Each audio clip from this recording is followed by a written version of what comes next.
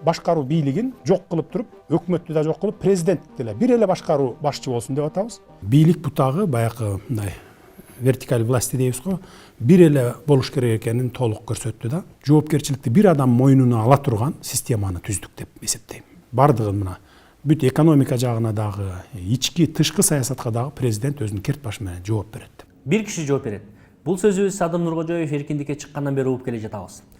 Жапаров парламент башкарууга караманча каршы болуп, өлкөдөгү абалга бир киши жооп бериш керек. Ошон үчүн бизге президенттик башкаруу керек деп ишендирип келди. Садыр Жапаров бир эле аргументти айтып келди. Мурун башалман болчу. Президент да бар, премьер-министр да бар, парламент да бар. Ошон үчүн мен азыр бир киши жооп бере тургандай кылып, бардык бийликти бир колго алайын деди. Эл макул деди. Жарым жылда 2 референдумга катышып, Жапаров каалаган конституцияны кабыл алып берди. Эми президент башкаруу бийлигинин башчысы болду. Садыр Жапаров толук кандуу ишке кирди. Бирок өлкөдөгү абалга жооп берип баштадыбы? Баткенде согуш болуп, 36 адамдын өмүрү кыйылды. Президент жооп бердиби? Суу тартыш болуп, дыйкандар банкрот болду. Президент жооп бердиби? Азык-түлүк, күйүүчү май кымбаттап, президент жооп бердиби? Жок. Депутаттар ар кыл маселе боюнча министрлерди чакырып алып, урушуп, тилдеп жатышат. Бир киши эмес, дагы эле министрлер жооп берип жатышат го. Быйыл Кыргызстан болуп көрбөгөндөй энергетикалык кризиске туш болду. Кыш өтө оор болот деп жатат.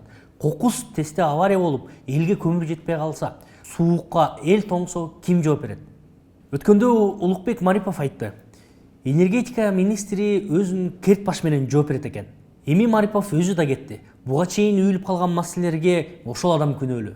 Ким иштей алган жок? Марипов иштей алган жок. А президентке тийишпегиле. Президент иштеп жатат.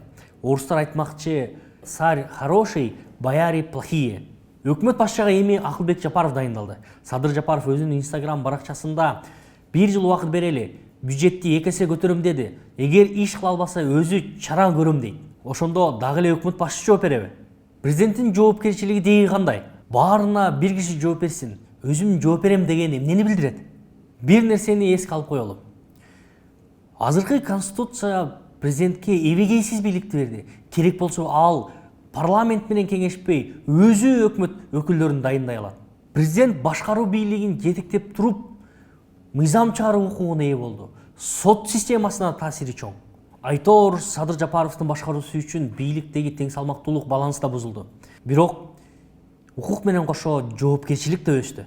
Эгер президент мыйзамдарга, конституцияга же башка бирөөлөргө шылтырай берем десе, бул чоң жаңылыштык. Эл конституцияга эмес, эл сизге ишенген, урматтуу президент.